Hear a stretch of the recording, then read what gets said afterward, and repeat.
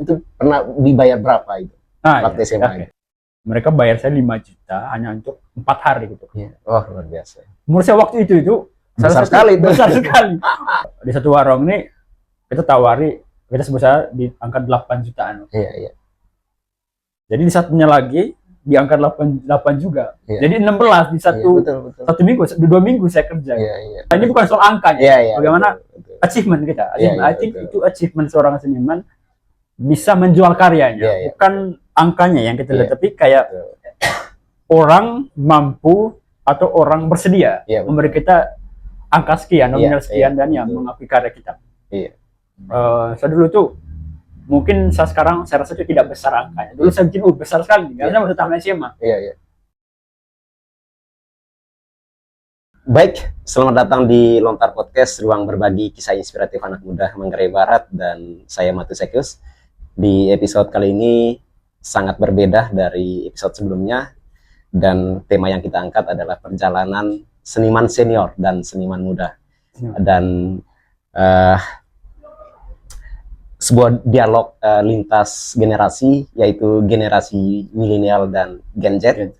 Dan ini bukan tentang waktu, tetapi juga tentang perjalanan, tentang nilai yang kemudian hadir dalam podcast ini. Dan langsung saja perkenalan dari narasumber kita. Silakan. Oke. Terima kasih Om. Iya. Sudah hadir di Lontar Podcast, langsung kita di galerinya Om Teus. Iya. Dan akhirnya saya diwawancara. Iya.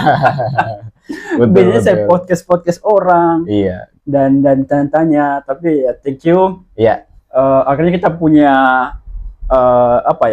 panggung yang lain, Iya. di digital. Iya. Dan Om Teus, thank you so much sudah ajak, maksudnya kolaborasi dan mungkin ya teman-teman saya juga ada beberapa yang penasaran. Iya. Ini tidak semua sih, kenapa perjalanan. Iya. Nah, ini yang belum saya bahas di podcast dimanapun. Podcast yang kita buat tuh Betul. tentang perjalanan membuat karya, Berkarya, oke. seniman dan sebagainya. Dan ya, thank you. Iya. Tapi kayaknya sebut senior saya juga jadi malu.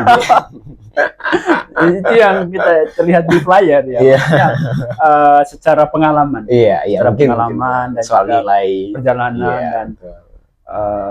ya dilihat dari beberapa kali dia bikin karya, bikin exhibition. Iya, Saya betul. pikir ya. Ya Menurut mungkin. saya dari saya pribadi, Om Teus sudah senior saya. Oh ya, terima kasih kalau gitu. Oke, mungkin langsung pertanyaan. Oke. Kapan dan bagaimana G. Karno pertama kali jatuh cinta pada dunia seni rupa? Oke, jatuh cinta. Tapi di dunia seni rupa. Iya. Tapi kalau kita mulai menggambar waktu kecil itu sudah. Saya memang suka menggambar dari dulu. Oke. Tapi kalau berkarya secara profesional, itu mulai dari 2019. Oh, 2019 itu ya. Kenapa saya bilang 2019? Iya. Karena di situ saya rasa, karya saya ini sudah dapat apresiasi dari orang. Iya. Melalui mereka mau saya bikin di tempatnya mereka. Oke.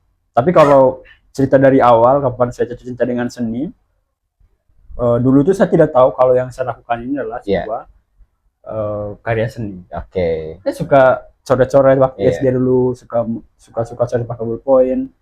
SMP itu SMP itu benar-benar fokus sekolah dan menggambar saja. Bahkan saya juga tidak kepikiran bahwa nanti ke depan ini saya akan fokus di bidang ini. Oke.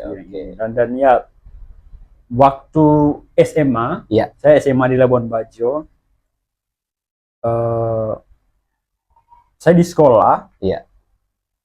Sekolah saya di Stella Maris dan banyak tembok-tembok kosong. Tapi di luar sekolah, saya kan di lingkungan suster.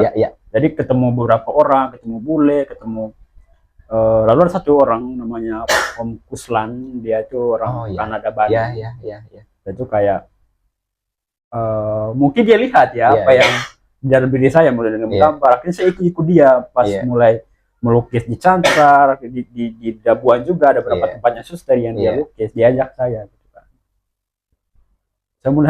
Saya hanya observasi saja, gini ya, sambil saya nonton di media sosial dan sebagainya.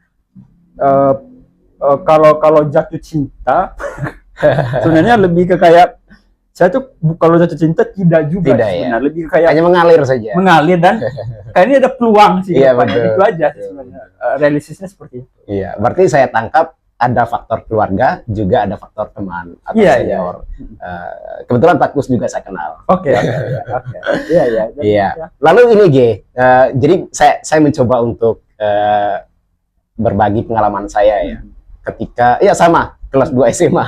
Kelas 2 SMA saya mencoba untuk berkarya dan saya terinspirasi dari potret lukisan Yesus Kristus, dan waktu itu saya berpikir, kenapa ya orang-orang dulu bisa melukis? Kenapa kita tidak bisa juga? Karena saya pikir ya dulu bukan ada foto, bukan ada kamera untuk motret pada masa Yesus Kristus. Ini pasti lukisan. Ya, karena saya terinspirasi dari lukisan itu, kemudian saya mencoba untuk melukis. Dan media yang kita pakai waktu itu adalah triplex dan cat tembok, cat kayu. Itu masih Dinggorang mungkin? Iya, masih Dinggorang. Saya di SMA Loyola. Tapi saya buat itu di sini dan di SMA.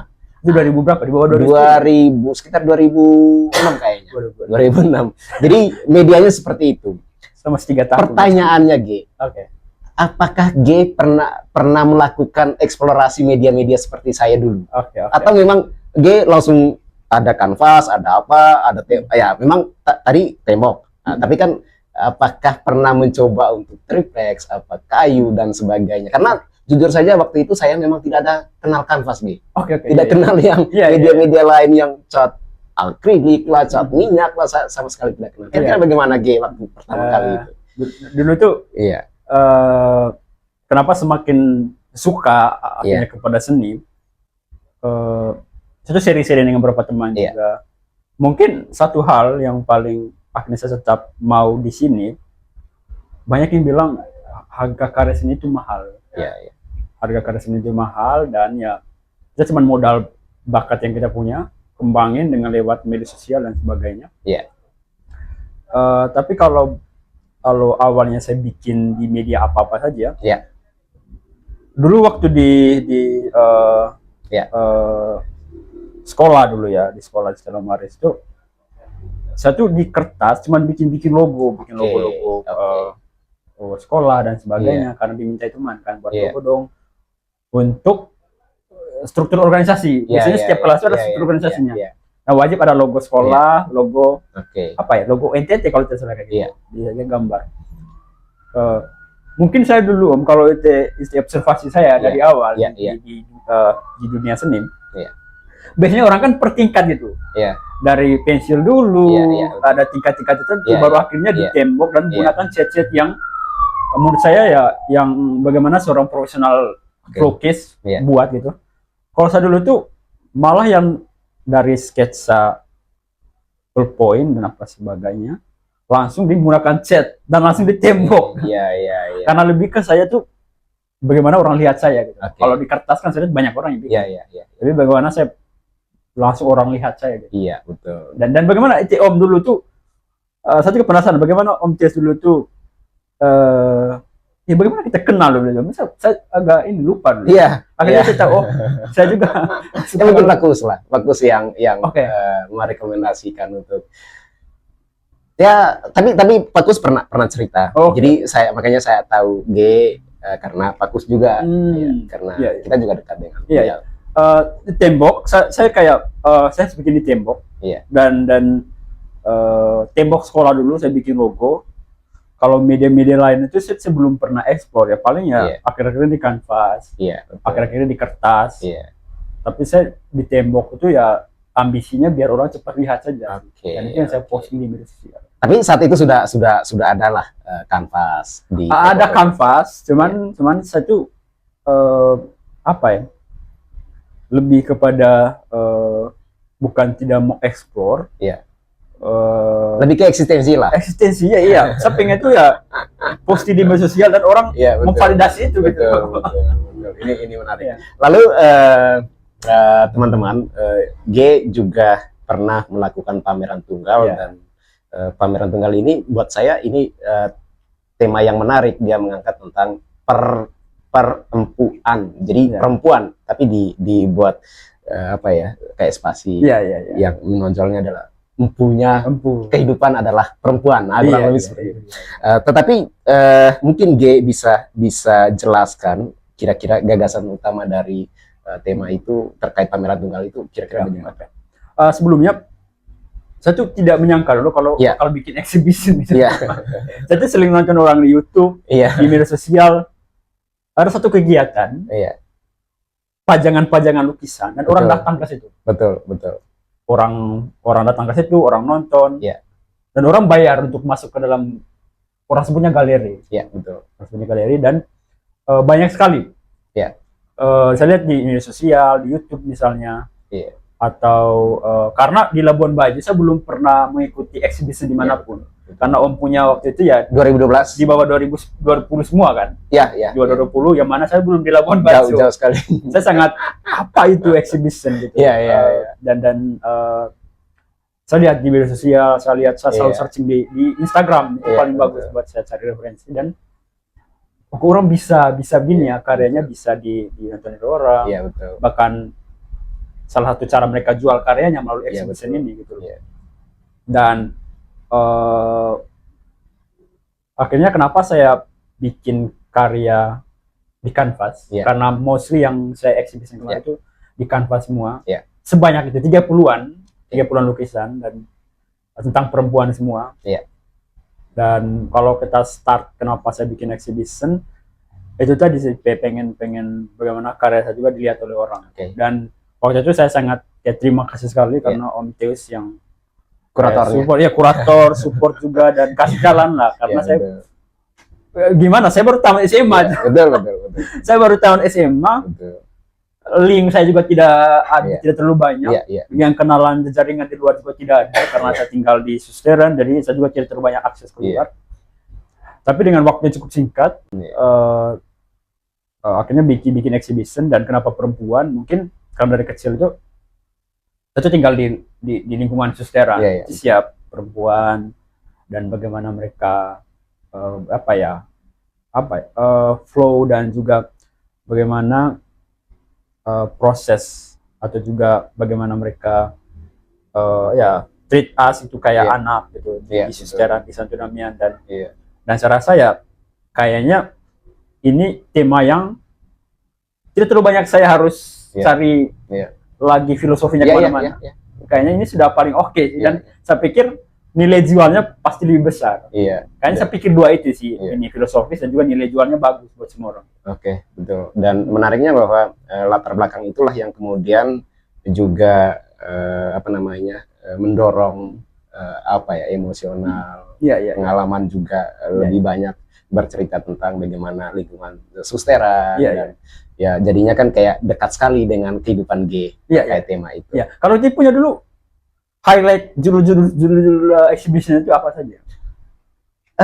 Kalau saya memang lebih kayak potret Manggarai. Kita lebih melihat fenomena apakah sosial, budaya. Kita lebih melihat itu waktu itu, karena memang saya lihat kayaknya perlu diangkat juga isu-isu di Manggarai Barat. Misalkan waktu itu bagaimana tentang bagaimana orang jual tanah, bagaimana investor-investor. Artinya kan kita bukan anti investasi, tapi aspirasi lewat karya. Kita menyuarakan juga bagaimana pentingnya kelokalan itu penting menjadi pemain utama lah. Artinya jangan jadi penonton, tapi kita juga menjadi pelaku utama dalam pembangunan itu. Kurang lebih saya menyuarakan tentang itu waktu itu. Tapi kayak kalau saya punya kan di 2022 I think saya bikinnya di tengah-tengah kota. Banyak bule-bule di sana, dan kalau punya dulu itu gimana gitu? Maksudnya kalau 2000 perkenalkan itu exhibition di Labuan Bajo gitu. Memang strategi kita waktu itu adalah bagaimana pertama pengenalan pertama buat masyarakat Manggarai Barat tentang bagaimana pameran itu, bagaimana tentang bercerita tentang pameran itu. Lalu strategi kita buat kayak poster-poster kita sebar di kios-kios itu. Sampai seluruh kios di Labuan Bajo ini kita sudah tempel semua. Dan juga kita dekat Pak Bupati waktu itu, ya Pak Bupati juga bingung kok bisa buat pameran Minggorang ini orang waktu itu ya kampung sekali lah, belum bagaimana gorang ini. Jadi udah bilang ya buat pameran ya pameran di sini saja, kenapa harus di Minggorang, bagaimana orang akses ke sana nanti. Tetapi syukur karena poster-poster itu kita sebar semua di kios-kios, akhirnya itu penontonnya banyak sekali. Sampai-sampai ada yang tidak ikut nonton lihat karya lagi karena saking banyaknya di dalam ruangan. Ya kurang lebih seperti itu. Ya. Tapi saya juga mau tanya, itu kok bisa tamat SMA berani buat pameran, itu motivasinya apa sih? Oke. Saya tidak tahu apakah saya juga orangnya ambisius. Iya. Banyak yang bertanya juga gimana cara bikinnya dan yang pasti terlepas dari dukungan teman-teman semua. Waktu itu kan bulan 4 kita tamat SMK bulan 4. Eksibisinya bulan 7. Betul. Jadi 3 bulan itu ini paling struggle-nya gitu. Mungkin dari proses buat karyanya dulu kayak. 30 karya saya buat dalam waktu 2 bulan. Yang pasti malam itu saya mete dengan teman-teman rame-rame. Dan yang paling lucunya adalah karena saya tidak terlalu banyak teman saya cuma beberapa dan mereka sangat support. Betul. Saya tuh diminta untuk ngisi acaranya juga. Teater surrealis. Luar biasa. Jadi saya bikin karya sambil latih teater. Teater surrealis kan lebih menurut saya simple karena tidak punya teks, cuma gerakan badan mengikuti suatu tema tertentu. Dan judulnya waktu itu ejakulasi dini. Jadi kayak rapatin temanya seperti ini. Betul. Tapi ada satu kakak saya panggilnya kakak, dia memang punya pengalaman dulu waktu kuliahnya di pertunjukan. Ini ini yang paling oke. Dan saya tuh lakonkan teater itu dengan satu teman saya. Teman saya ini dia juga dari SMA. Kita tuh ngelukis dari ngelukis free yang orang cuma kasih cat sampai ngelukis berbayar gitu. Dengan dia, terima kasih ajak dia untuk ikut teater itu. Dan pokoknya selama 1 bulan sebelum exhibition itu kita mete sampai jam 2 bikin karya.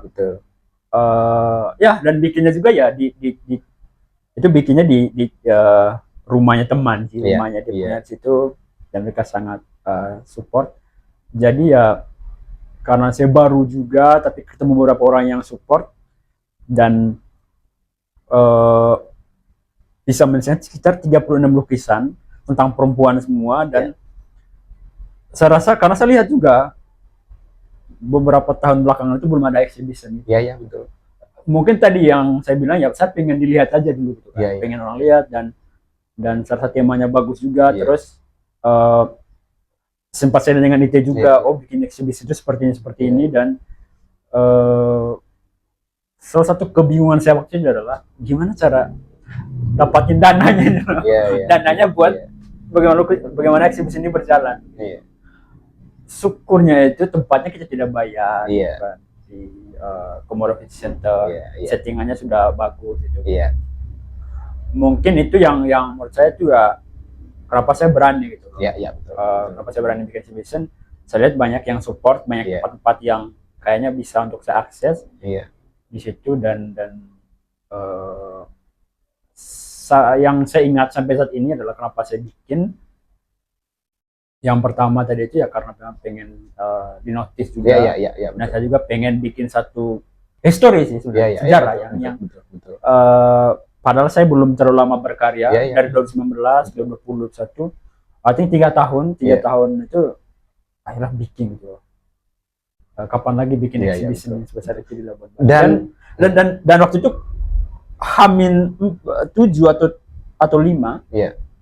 Saya kan sudah bikin rap dananya sekian buat pameran. Tapi belum nyampe. Tapi belum ada sponsor. Gedung sudah oke, gedung sudah oke. MC ada Rudi dia tawar sendiri, saya MC exhibition kamu. Sebenarnya sudah oke semua, cuma ada beberapa biaya yang kita harus keluarkan. Akhir kakak saya satu ini yang dampingi untuk bikin apa namanya Yeah. pendanaannya. Dia bilang, ayo kita jual tiket saja. Maka kita jual tiket. Dan pas kita jual tiket ya itu baru orang kayak ngeh untuk datang dan mereka cukup aware untuk datang karena mereka harus beli tiket. Dan waktu itu yang membeli tiket itu sekitar 400 lebih orang. Iya betul. Wah itu luar biasa sekali. Dan, saya secara pribadi saya sangat apresiasi lah ya waktu itu karena saya pikir saya buat pameran umurnya bukan umur tapi itu pas kuliah di semester 3. Ya secara pengalaman juga kan kita belajar dari teman-teman. Ini orang ini bisa tamat SMA bisa berani. Saya sangat apresiasi. Kalau itu kan kuliah dulu kan jadi saya punya pengalaman kuliah dulu di Jogja. Iya di Jogja. Di Jogja. Kalau saya baru tamat SMA. Karena saya pikir ya kayaknya saya cuma bikin karya, bahkan saya hanya bikin sih, bahkan saya tidak tahu story filosofis di belakangnya gitu. Betul.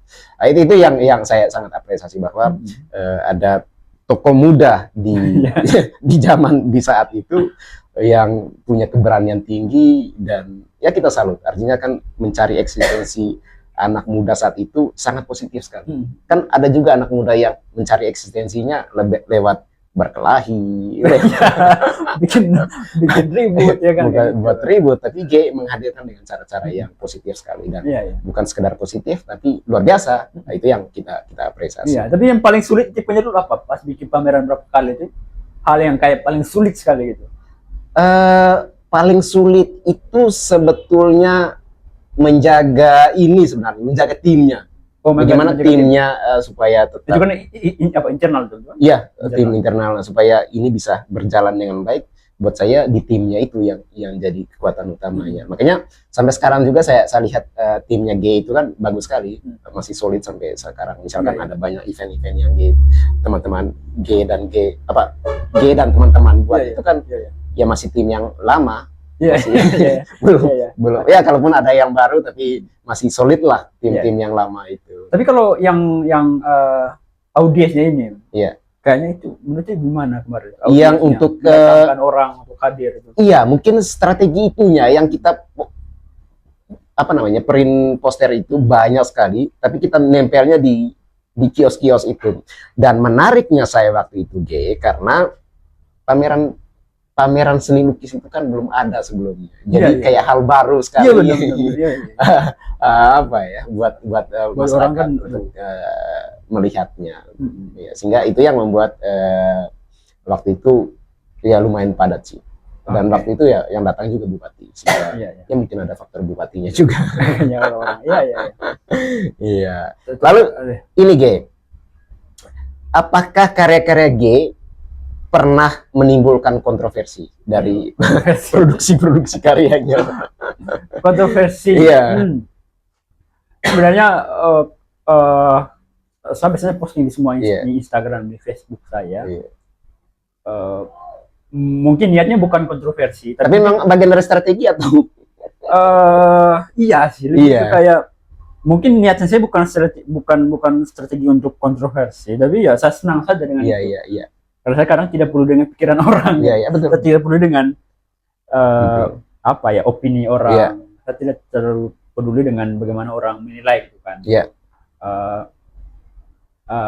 Karya yang paling kontroversi sebenarnya tidak ada niat, tapi ada beberapa karya-karya yang kalau yang di exhibition kemarin itu mungkin karena memang orang melihatnya secara gampang dari perspektif yang berbeda. Kadang kan kita sebagai seniman bikinnya untuk tujuan tertentu, tapi orang bisa menilai dengan berbagai opini kan. Jadi menurut saya, dan tapi saya tidak ada benar-benar inisiatif buat bikin yang benar-benar kontroversi gitu. Kalau untuk mengkritik juga tidak juga, juga masih aman lah. Iya, masih aman. Sehingga misalnya yang di Stella Maris itu di tembok-tembok yang kita lukis itu ya puji Tuhan sampai sekarang orang tidak ada vandal buat hancurin buat apa, karena yang kita bikin itu benar-benar netral, tapi bikin gambar presiden netral. ya kurang tahu. Gambar Soekarno, Jokowi dan Prabowo. Gitu. Banyak, terserah orang bilang apa. Iya, ini presiden kita. Gitu. Iya, dan itu kan ekspresi saja. Jadi ya itu haknya orang mau terjemahkan. Iya. Jadi sekolah dulu setelah Warjo sangat support. Ada Romo Dino di sana kayak support. Awal-awal tuh beliin set, pakai kamu cat ini. Iya. Terus saya keluar melukis-lukis luar, baru kembali ke sekolah, baru ya dapat dikasih ya ada fee-nya lah gitu. Dan yang membuat saya semangat, realistis saja. Iya, betul. Akhirnya saya keluar ketemu bule-bule, owner-owner, dan mereka tuh paham harga seni itu segini gitu. Dan saya rasa ini uang juga, maksudnya kan kita kita ketahui bersama kalau harga seni itu ya mahal ya kan, mahal kan. Dalam artian ya bagaimana mereka mengapresiasi karya-karya kita buat. Betul. Hingga ya sampai saat ini tetap bikin by order kalau mereka bisa mural, bikin yang mungkin akhir-akhir ini tuh bikin karya yang menjual saja. Oke, mungkin ini pertanyaan yang lebih pribadi, G. Mungkin bisa sedikit kasih tahu. Waktu SMA itu G pernah bukan jual sih, maksudnya kan ketika lukis di hotel atau restoran itu pernah dibayar berapa itu waktu SMA? Karena saya juga tanya Om, biar ini bisa lihat masyarakat. Maksudnya ini bukan soal angkanya, bagaimana achievement kita. I think itu achievement seorang seniman bisa menjual karyanya, bukan angkanya yang kita lihat, tapi kayak orang mampu atau orang bersedia memberi kita angka sekian, nominal sekian, dan yang mengakui karya kita. Saya dulu tuh, mungkin sekarang saya rasa itu tidak besar angkanya. Dulu saya bikin besar sekali, karena waktu tamat SMA. Saya bikin di sekolah dulu, kalau masih SMA dulu, ada beberapa tempat yang menurut saya bayarnya besar sekali. Saya bikin di salah satu restoran di Marina. Mereka bayar saya 5 juta hanya untuk 4 hari gitu. Wah, luar biasa. Menurut saya waktu itu besar sekali. Waktu itu kan 5 hari itu kan kayak UMR Labuan Bajo kan 2 kali itu bulan. Itu hanya 5 hari. 5 juta ini. Itu yang kayak itu masih SMA kelas 2. Dan akhirnya di sekolah gitu juga. Sekolah ada satu hotelnya sekolah besar, di cuman gambar motif-motif songke di tiang-tiangnya seminggu lebih kan. Itu juga di atas 5 jutaan gitu, di bawah 7 gitu. Jadi kayak ini besar sekali di umur segitu kan kayak ini bagus kayaknya ke depannya nih. Ini kan ini kemarin itu bukan orang bule, bukan teman-teman yang kita kenal yang punya restoran yang punya di Basarita itu di Marina itu kan. Terus di sekolah juga. Akhirnya saya rasa, ini bagus nih ke depan nih, bagus. Akhirnya saya lebih perdalam lagi skill menggambar, melukis ya, karena saya lihat besar juga bayarannya. Betul. Nah, sampai sekarang ya tetap berkarya, harus tetap kayak menerima orderan. Tapi ya kita juga sering juga ketemu teman-teman yang butuh lukisan atau klien-klien kita yang punya standar mereka untuk membeli karya kita kan. Betul. Standar nominalnya, dan it's okay sih sebenarnya. Jadi tidak yang harga saya sekian gini. Tidak juga, fleksibel aja gitu. Betul. Apalagi saya pikir ya mungkin teman-teman seniman lain karena sudah punya keluarga, punya tanggung jawab besar. Betul. Mungkin mereka punya idealis buat harga saya itu sekian sih. Kalau saya ya karena saya juga tidak punya keluarga. Maksudnya tidak membiayai keluarga gitu kan. Keluarga yang dalam artinya saya belum punya istri anak, kayak masih muda. Betul. Bikin aja gitu. Itu luar biasa maksudnya di usia SMA sudah angka segitu, itu buat saya itu luar biasa. Kalau saya secara pribadi memang variasi ya, pokoknya. Maksudnya mungkin gini, karya yang itu jual sangat kecil sekali, dan yang paling besar sekali. Kalau yang paling besar itu kita pernah di 20 juta. Satu kali buat satu karya? Ya, satu karya, tapi itu bukan lukisan, tapi itu patung. Patung? Ya, kita buat dengan harga 20 juta. Kalau lukisan paling tingginya di angka 10 lah. Angka 10? Ya, 10 juta. Atau lukisan ya, atau mural? Itu masih mural. Masih mural. Kalau yang untuk kanvasnya, ya paling di angka 5 lah. 5? Ya, 5 juta. Tapi sangat variasi, ada yang lebih murah lagi. Tapi yang paling kecil yang mesti, yang menurutnya tuh, aduh ini kecil sekali, tapi saya buat saja lah. Gitu. Yang paling kecil tuh berapa biasanya? Ya paling kecil ya 100 lah, apa gitu kita buat di kertas ya udah jual. Iya. Tapi waktu saya paling kertas kecil. Ya. Waktu saya SMA dulu masih kelas 3 atau kelas 2 itu, saya tuh mural di 2 tempat. Iya. Di salah satu warung punya orang bule Australia. Iya. Dan di satu instansi, mungkin saya bisa sebut sih. Di satu warung ini kita tawari, kita sebut saja di angka 8 jutaan. Iya. Jadi di satunya lagi di angka 8 juga. Iya. Jadi 16 di satu betul. Satu minggu, 2 minggu saya kerja. Iya. Ini menarik ya. Dan apakah G punya mimpi untuk karya-karyanya harus diapresiasi dalam konteks yang lebih besar, dalam skala nasional ataupun skala internasional? Mungkin G punya mimpi seperti itu. Oke. Sebenarnya pasti punya lah, punya mimpi untuk apa ya? Untuk karya kita itu secara luas. Dikenal secara luas. Iya. Melalui misalnya exhibition di nasional atau mungkin di provinsi. Iya. Exhibition. Tapi kalau saya bilang pengen karya saya tersebar di beberapa negara, kayaknya sudah sih. Kita kan sering bikin postcard ya betul. Saya kemarin baru bikin postcard kan lukisan 2 hari yang lalu. Iya kan? 2 hari yang lalu saya bikin postcard yang beli orang bule semua. Betul. Ya. Hanya saya tidak taruh nama atau tidak taruh nomor telepon di situ. Iya betul. Jadi yang belikan orang-orang bule, dan bahkan dari dulu memang sering kita bikin postcard kan. Iya. Kalau lukisan mungkin orang bule agak ribet bawanya. Iya. Postcard ini ya kecil, dan saya rasa ya lukisan saya itu sudah menyebar di berbagai negara. Iya, sama. Karena ya melalui postcard kan kita bikin. Iya. Picasso, anak saya juga kan lukisan dia dibeli oleh bule-bule juga. Iya. Maksudnya kalau kita bikin exhibition mungkin butuh waktu, sangat takes time kalau kita ke nasional. Iya. Tapi ya melalui postcard ini kita beli di berbagai negara. Tapi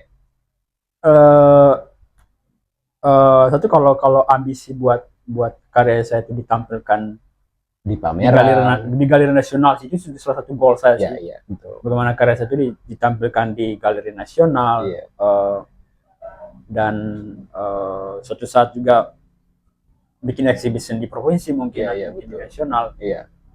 Tapi untuk sekarang masih fokus beberapa kerjaan, biasanya kuliah, terus kita ada bikin podcast juga, jadi kayak fokus beberapa itu. Jadi ya selama kuliah saya bahkan tidak bikin karya yang benar-benar sepanjang. Iya, betul. By order semua sih yang saya bikin selama kuliah.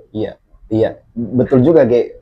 Saya jujur saja, saya juga punya mimpi, misalkan, ya mungkin pernah kita pameran di Jogja, tetapi ya kita juga punya mimpi yang sama, bahwa setidaknya suatu saat kita buat pameran tunggal yang mungkin di Galeri Nasional atau di Jakarta. Dan ya sama juga kalau sekarang memang kita masih usaha bisnis, tetapi yang namanya kan pameran tunggal itu pasti butuh dana juga. Makanya kali ini kita cari uang aja dulu deh. Iya benar. Biar nanti kita uang banyak ya kita gas sudah pameran di Jakarta. Tapi kalau itu dulu tujuannya dulu, ini saya belum sebut tadi.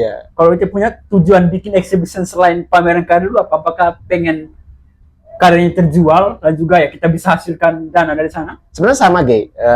Seniman selalu mencari eksistensi. Jadi ya di satu sisi mencari eksistensi, tetapi di sisi lain juga bagaimana menyuarakan tentang persoalan-persoalan isu-isu sosial untuk bisa diapresiasi oleh banyak orang, supaya orang juga bisa membaca, oh ternyata punya pembacaan berbeda seorang seniman dalam melihat konteks sosialnya, sehingga konteks zaman itu bisa dibaca oleh generasi selanjutnya. Misalkan di tahun 2012 saya sudah membaca tentang bagaimana situasi sosial di zaman itu, maka bukan tidak mungkin anak-anak saya atau generasi selanjutnya akan membaca zaman itu. Oh, ternyata dulu seperti ini. Ya, kurang lebih seperti itu. Iya, ya. Kalau saya dulu tuh bikin exhibition, satu tadi itu biar eksistensi. Iya, betul. Dan juga ya eksistensi kan biar orang tahu saya ada Labuan Bajo. Iya. Maka dari sana kan banyak yang kenal kemarin kan, yang banyak yang kenal, banyak yang satu event yang berbeda di Labuan Bajo. Dan ini salah satu hal yang saya pikirkan waktu itu juga ya, bagaimana saya menghasilkan dari exhibition ini. Iya. Oke. Ternyata dapat pengalaman saja, dapat tidak rugi-rugi juga waktu itu. Betul. Tapi kalau itu bikin exhibition berapa kali exhibition itu kisaran nominal itu berapa waktu itu? Kalau nominalnya, karena ya sama juga pendekatan G, bagaimana pengeluaran uang itu harus seminim mungkin. Jadi tempatnya usahakan gratis, sudah itu tim yang terlibat juga harus gratis, sudah itu yang lainnya. Tetapi karena saya pernah buat pameran tunggal juga di tahun 2017 yang supportnya itu dari Kementerian Pendidikan, itu dananya sekitar 73 juta. Karena kita buat partisinya lah, buat sendiri partisinya, sudah itu ya banyak sekali untuk lightingnya, kita beli lightingnya lagi karena memang untuk banyak kosong ya galerinya memang bukan galeri tapi kita mengubah hotel jadi galeri, itu yang membuat biayanya jadi besar. Dan waktu itu kan memang disupport oleh kementerian kan, ya kita yang menggunakan dana itu dengan sebaiknya lah.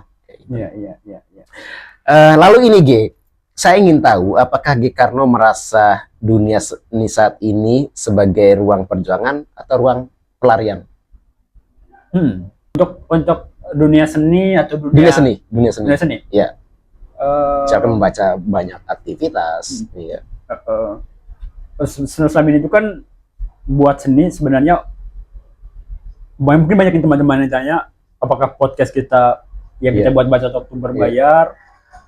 Iya, ada beberapa episode yang orang bayar kita buat episode, tapi beberapa yang benar-benar benar-benar untuk bikin menyuarakan saja. Dari kalau untuk di seni ini dari awal itu ya sebenarnya untuk menghidupi juga. Selama ini seni yang menghidupi saya.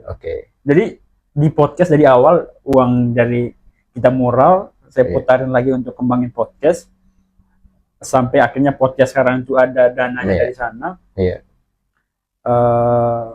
Saya rasa tadi bilang perjuangan benar.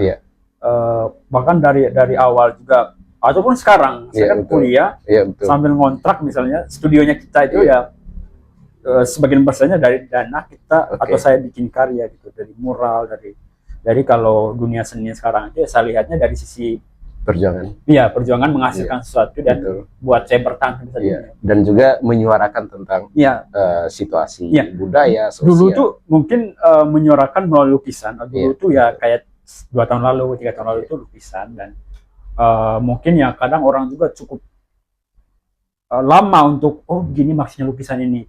Sekarang itu kita bikin podcast dan itu lebih spesifik. Lebih harusnya targetnya lebih tepat gitu. Kita bikin podcast dan ya menyuarakan lebih besar lagi. Betul. Karena kalau hanya pelarian ya itu hanya lebih hanya kalau pelarian bermain. Jadi ya sampai saat ini yang buat saya bertahan tinggal di Labuan Bajo itu salah satu kos bagian dari perjuangan. Iya, akhirnya bisa kuliah sendiri misalnya. Kita rent studio tempat untuk kita podcast juga ya dari karya juga. Ini pertanyaan terakhir. Apa mimpi besar G sebagai seniman dari Manggarai Barat? Mungkin jujur selama masih kuliah jarang, tidak terlalu sering bikin karya, kecuali kalau by order gitu ya. Tapi di draft di pikiran, draft di file yang saya bikin banyak sekali ide sebenarnya, untuk bikin exhibition lagi. Biasanya kemarin harusnya kita bikin exhibition 24 yang saya kontak di situ sudah berapi-api akan bikin exhibition lagi, tapi ternyata ya waktu dan semuanya sudah tidak memungkinkan. mungkin goals yang spesifik itu bakal bikin galeri seperti Om punya ini. Oke, siap. Ini salah satu goals juga bikin bisnis seperti bikin apa namanya, galeri seperti ini. Bikin galeri, terus goals saya itu kedepan saya bisa hidup dari karya. Mungkin itu sih, hidup dari karya. Jadi goal saya juga hidup dari karya dan bekerja. Yang lain hanyalah hobi. Jadi di karya ini untuk menghidupi, bukan lagi hobi. Kalau kita misalnya saya kuliah di marketing lalu nanti bekerja untuk suatu agensi, itu karena memang saya senang aja. Kalau saya tuh punya mimpi deh. Suatu saat saya harus punya museum. Itu lebih besar lagi nih dari galerinya. Oke, baik teman-teman, tak terasa kita di penghujung acara. Sudah hampir 1 jam. 1 jam lebih kayaknya.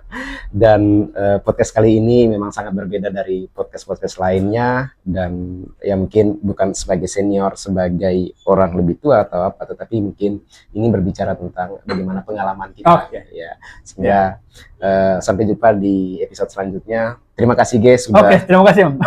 Harusnya kita bikin episode 2 ini saya belum cerita semua nih. Iya, ini kayaknya waktunya terlalu 3 episode. Mungkin nextnya kita bikin episode 2 tapi tentang podcast. Iya, tentang podcast. Oke, gimana podcast itu dibikin, gimana proses proses produksi kita, dan kenapa 2 tahun ini kita sudah bikin podcast. Iya, betul. Pernah kena masalah juga. Podcast kita juga pernah bikin event 2 kali dalam 2 tahun belakangan. Kita bahas episode 2. Dan ini mungkin lebih kontroversi lagi. Episode 2 kita bikin. Iya. Oke. Terima kasih teman-teman. Sampai jumpa di episode 2. Sampai jumpa. Lontar Podcast. Oke.